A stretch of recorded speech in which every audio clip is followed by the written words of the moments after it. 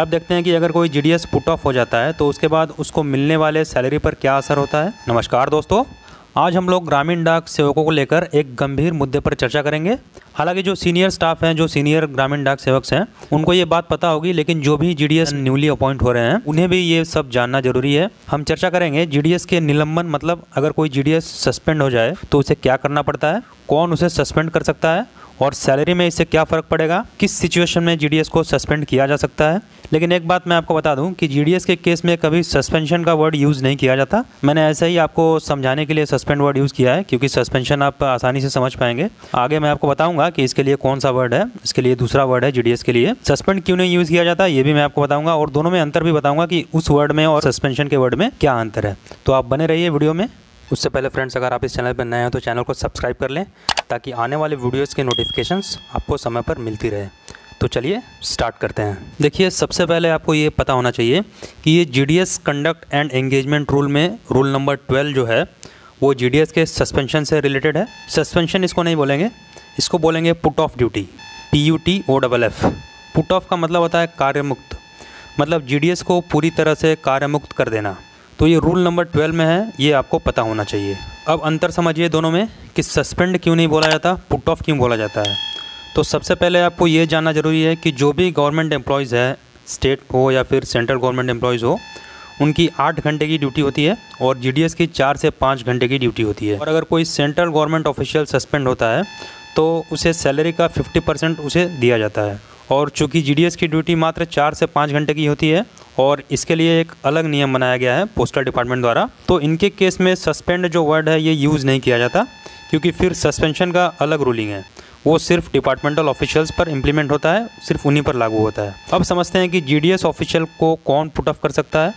तो इसके लिए सबसे पहले आपको अपॉइंटिंग अथॉरिटी के बारे में जानना ज़रूरी है। ABPM के अपॉइंटिंग अथॉरिटी होते हैं ASP, या फिर जो इंस्पेक्टर होते हैं सब डिवीज़न के वो होते हैं। इन्हीं के द्वारा ABPM की नियुक्ति की जाती है। और जो BPM होते हैं इनके अपॉइंटिंग अथॉरिटी होते हैं डिविजनल हेड, जो भी डिवीज़न के हेड होते हैं, मतलब सुपरिंटेंडेंट जो होते हैं, SPOs भी बोला जाता है उसको, वो होते हैं BPM के अपॉइंटिंग अथॉरिटी। तो जो अपॉइंटिंग अथॉरिटी होता है वही पुट ऑफ कर सकता है। तो इतनी बात क्लियर हो गई कि ABPM को इंस्पेक्टर या ASP पुट ऑफ कर सकते हैं और BPM को सुपरिंटेंडेंट पुट ऑफ कर सकते हैं। अब देखिए किस केस में पुट ऑफ किया जा सकता है। तो अगर कोई डिसिप्लिनरी प्रोसीडिंग्स किसी भी जीडीएस के खिलाफ पेंडिंग है, या फिर कोई क्रिमिनल केस का इन्वेस्टिगेशन पेंडिंग है, या फिर अंडर इंक्वायरी है, तो ऐसे केस में जीडीएस को पुट ऑफ किया जा सकता है, मतलब उसे कार्य से मुक्त किया जा सकता है। अब देखते हैं कि अगर कोई जीडीएस पुट ऑफ हो जाता है तो उसके बाद उसको मिलने वाले सैलरी पर क्या असर होता है। तो इसके लिए हम आएंगे थर्ड पॉइंट पे।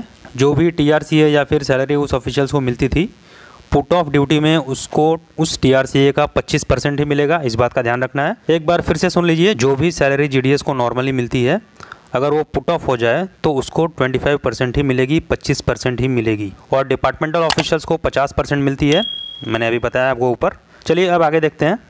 ये जो 25% मिलता है ये बाद में बढ़ता भी है, लेकिन इसके कुछ कंडीशंस है।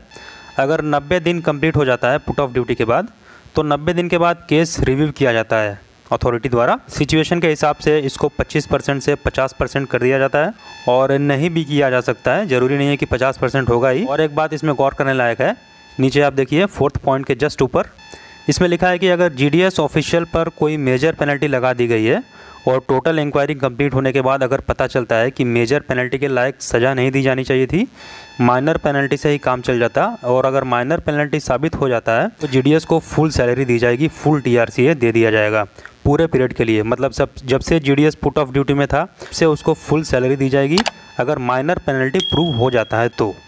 और नीचे कोर्ट केस के बारे में दिया है। इसके बाद अगर कोई जीडीएस जो पुट ऑफ है ऑलरेडी, वो डिपार्टमेंट के अगेंस्ट ही अगर कोर्ट में केस कर दे तो उसके क्या क्या प्रोसेस हैं, क्या होगा उसके बाद, तो फिर वो तो कोर्ट पे डिपेंड करता है, इसलिए इतनी डीप में अभी जाने की आवश्यकता नहीं है। फिलहाल आपको इतना जानना जरूरी है और ध्यान रखना है कि GDS conduct and engagement rule के अंडर रूल 12 में पुट ऑफ ड्यूटी दिया गया है। कोई डाउट हो तो कमेंट बॉक्स खाली है, कोई सर्कुलर चाहिए तो उसके लिए भी आप बोल सकते हैं। आज के वीडियो में इतना ही, मिलेंगे नए अपडेट के साथ।